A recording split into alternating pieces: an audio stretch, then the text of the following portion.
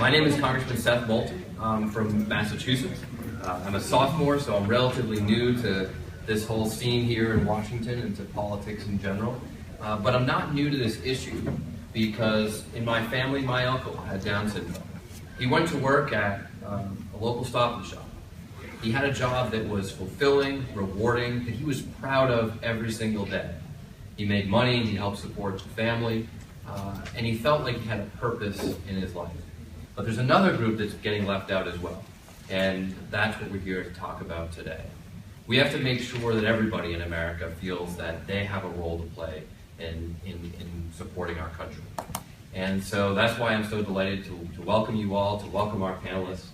Thank you all very much for being here. In our school, we don't start at 14 with transition planning.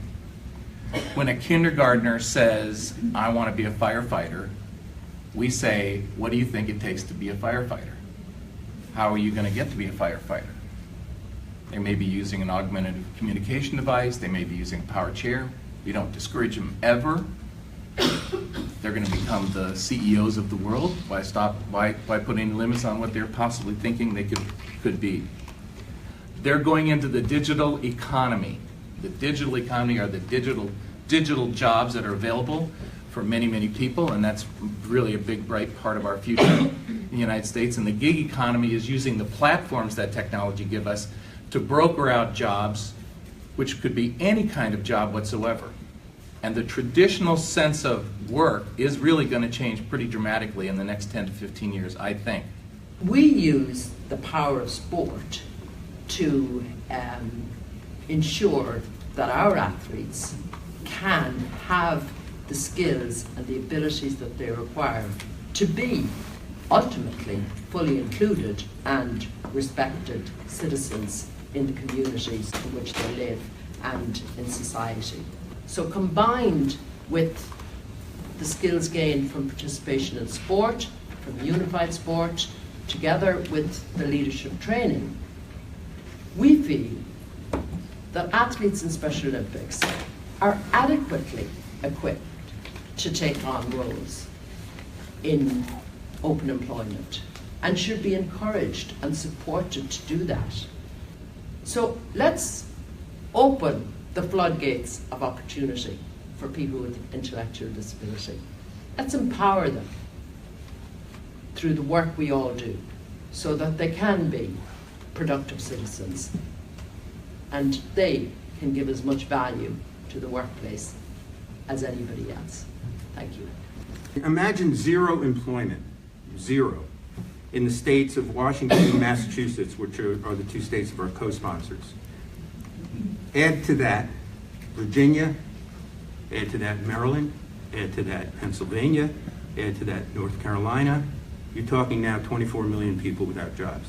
If every person in those 6 states were unemployed, that's what we're talking about. It's a huge problem. So if you take pathways together with the employment choices already provided by our network of nonprofits, you put out that all together, and it is the driving force in what we're calling, and you've heard before mentioned, the inclusion economy.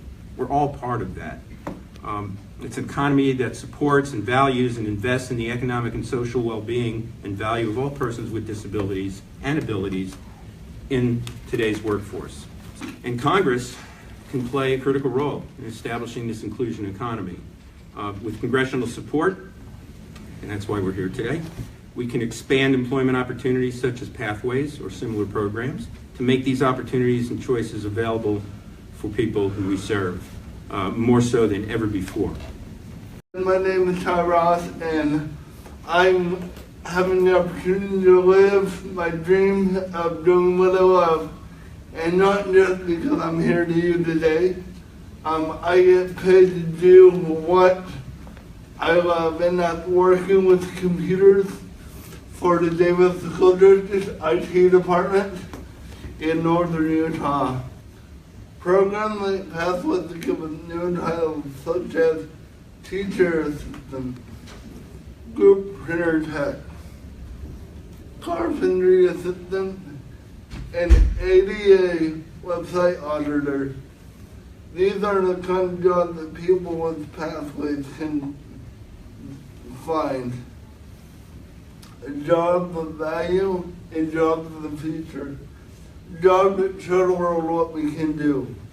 I'm just thrilled with this new launch by SourceAmerica, the Pathways to Career, and Ty, excellent. Just so inspiring to hear your comments today. It's these type of events that I think about our own son Cole, and I think back to when he was born, and I remember them giving us a long list of, things that we were going to face.